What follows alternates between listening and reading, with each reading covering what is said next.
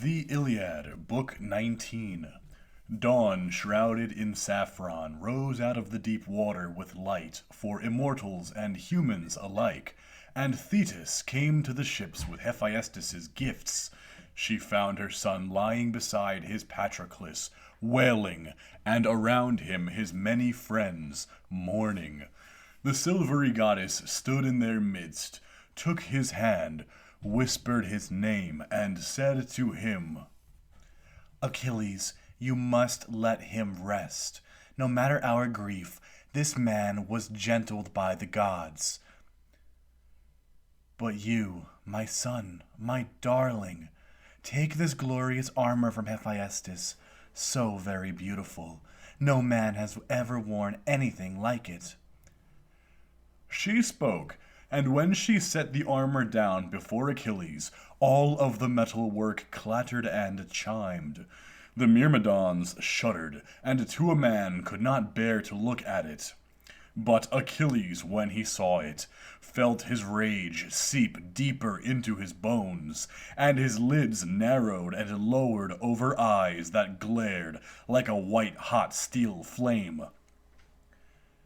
He turned the polished weapons the god had given him over and over in his hands, and felt pangs of joy at all its intricate beauty, and his words rose on wings to meet his mother. My mother, a god has given me these weapons. No mortal could have made them, and it is time I arm myself in them. But I am afraid for Patroclus, afraid that flies will infest his wounds and breed worms in his body, now the life is gone, and his flesh turn foul and rotten. The silver-footed goddess answered, Do not let that trouble you, child. I will protect him from the swarming flies that infest humans slain in war. Even if he should lie out for a full year, his flesh would still be as firm, or better. But call an assembly now. Renounce your rage against Agamemnon. Arm yourself for war, and put on your strength. Saying this, she multiplied his heroic temper. Then she dripped ambrosia and ruby nectar through Patroclus's nostrils to keep his flesh firm. And then Achilles went along the shore, etched in sunlight, and shouted so loud that not only the heroes came out, but all those too who had spent the war among the encamped ships, all the pilots and oarsmen and stewards and cooks. They all came to the assembly then, because Achilles, who had abstained a long time, was back. Limping along were the two veterans, battle-scarred Diomedes and brilliant Odysseus, badly wounded, using their spears as crutches. They came in and sat at the front of the assembly, and behind them came the warlord Agamemnon, wounded himself, that spear thrust by Coon, son of Antenor, in a hard-fought battle. When all of the Greeks were gathered together, swift-footed Achilles rose and addressed them. Well, son of Atreus, are either of us better off for this anger that has eaten away our hearts, like acid, this bitter quarrel over a girl? Artemis should have shot her aboard my ship the day I pillaged Lyrnessus and took her. Far fewer Greeks would have gone down in the dust under Trojan hands while I nursed my grudge. Hector and the Trojans are better off, but the Greeks, I think they will remember our quarrel forever. But we'll let all that be, no matter how it hurts, and conquer our pride, because we must. I hereby end my anger. There is no need for me to rage relentlessly. But let's move quickly now to get our troops back into battle, so I can confront the Trojans and test their will to bivouac among our ships. They will more likely be thankful to rest their knees at day's end, if any of them gets out of this alive. He spoke, and the Greeks cheered. Peleus' great son had renounced his rage. And then the warlord Agamemnon spoke from where he sat, without rising among them. Friends, Danaan heroes, servants of Ares, it is right to listen to one who stands to speak, and unseemly for even a skilled orator to interrupt him, even if he could make himself heard above the crowd. He would be at a disadvantage. What I have to say is for the son of Peleus, but I want each one of you to mark my words. There's not a Greek here who has not said spiteful things about me, but I am not to blame. Zeus is, and fate, and the Dark Avenger, who put a fit of madness on me in public that day I robbed Achilles of his prize. What could I do? Gods decide everything. Zeus's eldest daughter is the goddess Eight, who blinds everyone, a deadly power. She has delicate feet, not made for the ground, but for treading on the skulls of men as she afflicts them. Now and then she pins one down. Once she even blinded Zeus, who is, they say, the best of all, human or divine, even him. Hera, being female, hoodwinked him on the day Alcmena was due to give birth to mighty Heracles in coronated Thebes. Zeus had made this boast to all the gods. Hear me, all you gods and goddesses, while I say to you what is on my mind. This day shall Eileithyia, midwife goddess, bring to light a man who shall rule his land, one of the race of men who are of my own blood. And his lady Hera said to him craftily, Liar, you will never make this story come true. I dare you to swear me a great oath, Olympian, that whoever shall fall between a woman's legs today, provided he is one of your own bloodline, really will rule over all his neighbors.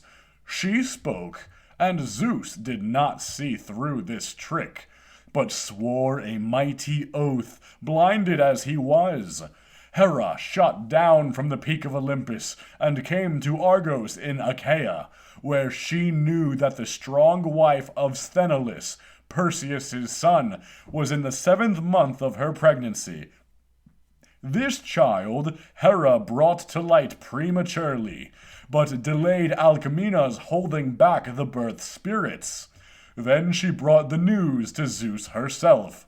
Father Zeus, Lord of Lightning, important news. A man has been born who will rule the Argives. Eurystheus, born to Sthenelus, Perseus' son, of your own bloodline, fit to rule the Argives.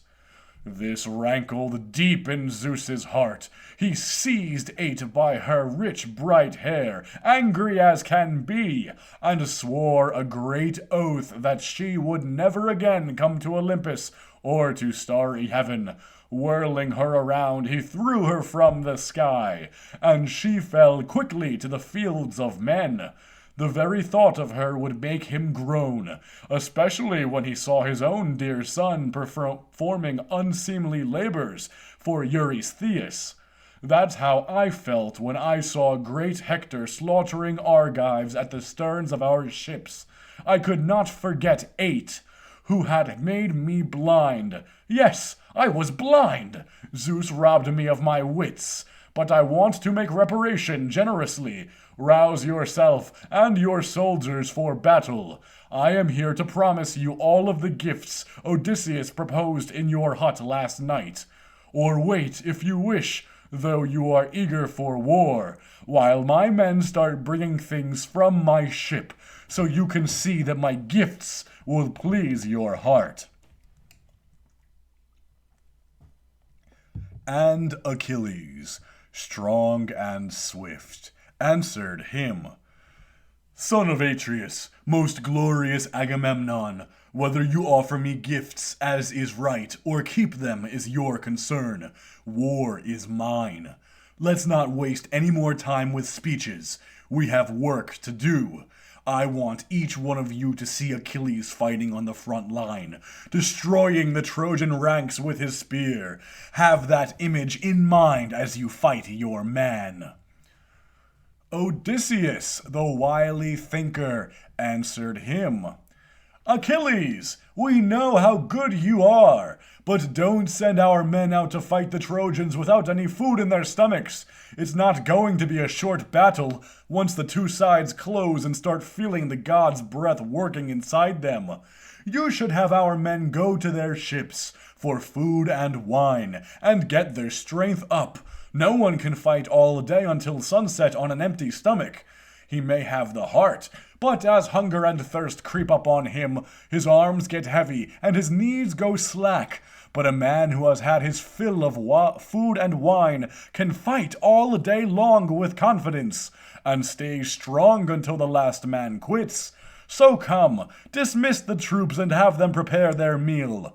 As for the gifts, let Lord Agamemnon bring them out here, so that the whole army can see them.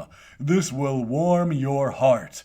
And he should stand and swear a public oath that he has not gone to the woman's bed. You, Achilles, should be gracious about this, and then he should complete his amends by feasting you richly, so you have all your due.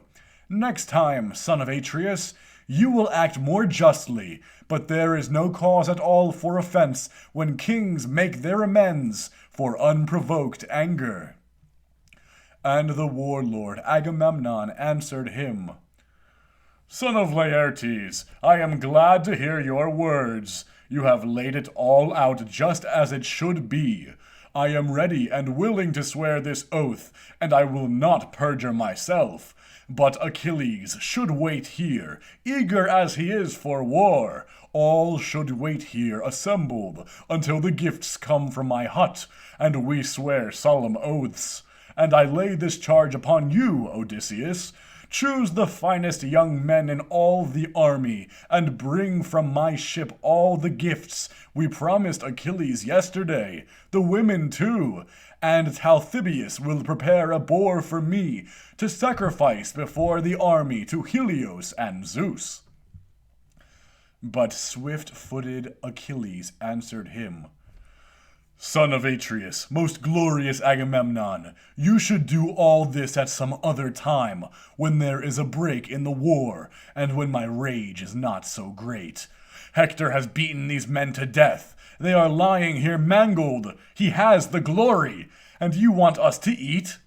If it were up to me, I'd have the troops out there fighting unfed, no food all day. When the sun goes down, we can have a big meal, our shame avenged. Until then, no food or drink will pass my lips at least.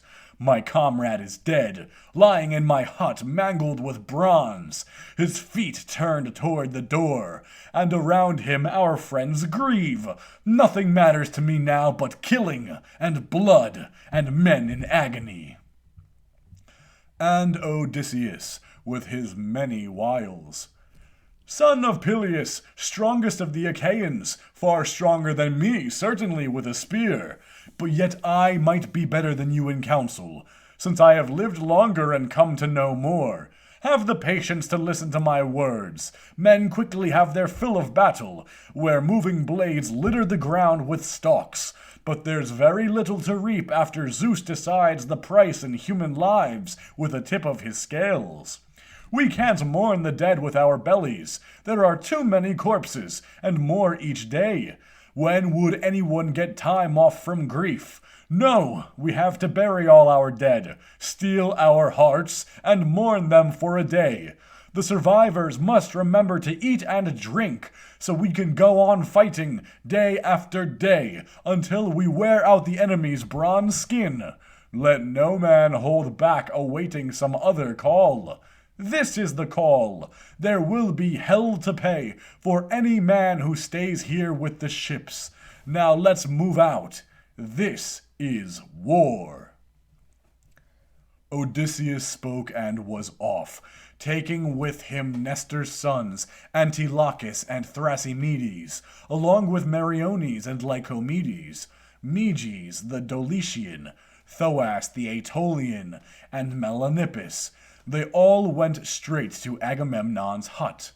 No sooner said than done. They brought out 7 tripods, as promised, a dozen bright cauldrons, and as many horses, and they quickly led out the women, faultless in their handiwork. 7 of these, and Briseis made 8. Then Odysseus weighed out the full 10 talents of gold, and led back the youths, who carried the gifts, and set them in the middle of the assembly grounds.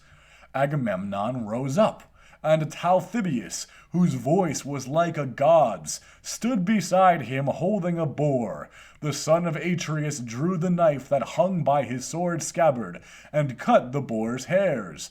Then lifting his hands to Zeus, he prayed, and all the Greeks sat silently, in the proper way, each man listening to his king as he spoke in prayer, looking at the sky.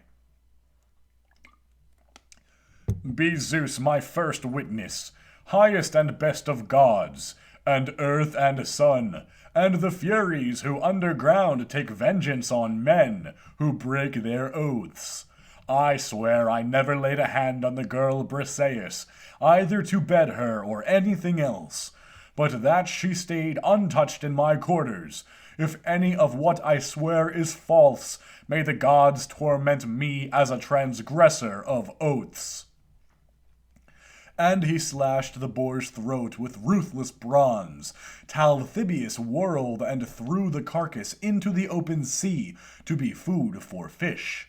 Then Achilles rose and addressed the war-loving Achaeans.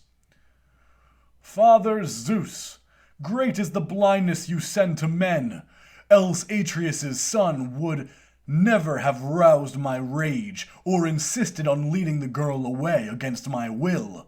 Somehow it has pleased Zeus that many Greeks should die. Now go to your meal, so we can join battle. The assembly broke up, and the men scattered, each to his own ship. The Myrmidons got busy with the gifts, bringing them to Achilles' ship. They stored it all in his huts, left the women there, and proudly drove the horses to the herd.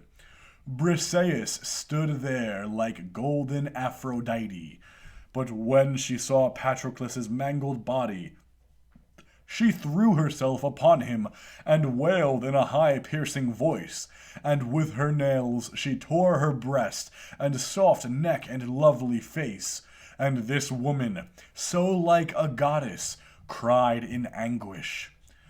My poor Patroclus, you were so dear to me. When I left this hut you were alive, and now I find you, the army's leader, dead when I come back. So it is for me always, evil upon evil. I have seen my husband, the man my father and mother gave me to, mangled with sharp bronze before my city, and my 3 brothers, all from the same mother, brothers I loved, they all died that day. But you wouldn't let me cry when Achilles killed my husband and destroyed Minos' city. Wouldn't let me cry. You told me you'd make me Achilles' bride, told me you'd take me on a ship to Phthia for a wedding among the Myrmidons. I will never stop grieving for you, forever, sweet. Thus Briseis and the women mourned with her, for Patroclus, yes, but each woman also for her own private sorrows. Around Achilles the Achaean elders gathered, begging him to eat, but he refused them, groaning. I beg you, my friends, aren't any of you listening? Don't keep asking me to satisfy my heart with food or drink before it is time. My grief is too great. I will stay as I am and endure until sunset. And he waved them off. Only Atreus' 2 sons remained with him, along with Odysseus, Nestor, and the old charioteer Phoenix, trying to comfort him in his grief's extremity. But he could not be comforted. His heart would ache until he lost himself in war's blood-stained mouth. Memories welled up and caught in his throat. There was a time, my ill-fated beloved friend, you would serve me a fine dinner in this hut, deftly and quickly, while the army hurried to bring war sorrow to the horse-breaking Trojans.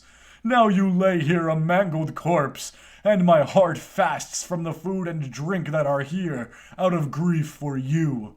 I could not suffer worse, not even if I learned my father were dead, who perhaps is weeping back in Phthia right now, because he misses his son who is off fighting on Trojan soil for Helen, at whom we all shudder. Not even if it were my son, Neoptolemus, who is being reared for me in Scyrus, if indeed my dear child is still alive. I had hoped, until now, that I alone would perish at Troy, and that you would return and take my boy in your swift black ship away from Scyrus, and show him all my things back home in Phthia. For Peleus by now must be dead and gone. Or if he does still live, he draws his breath in pain, clinging to a shred of life, and always expecting the grim message that will tell him I am dead. He wept, and the elders added their laments to his, each remembering what he had left at home. Zeus saw them in their grief, and, pitying them, spoke to Athena the feathered words. My child, have you deserted your warrior? Do you no longer have any thought for Achilles? He is mourning his friend, sitting there in front of his upswept hulls. Everyone else has gone off to dinner, but he refuses to eat. Go drip some nectar and savory ambrosia into his breast, so he will not weaken with hunger. Athena needed no encouragement. She flew from the crystal sky like a shrill raptor and pounced on Achilles. The other Achaeans were busy arming for battle. Athena distilled nectar and ambrosia into Achilles' chest so that grim hunger would not weaken his knees, and then was gone, back to her father's house, while the Greeks poured out from their beached ships.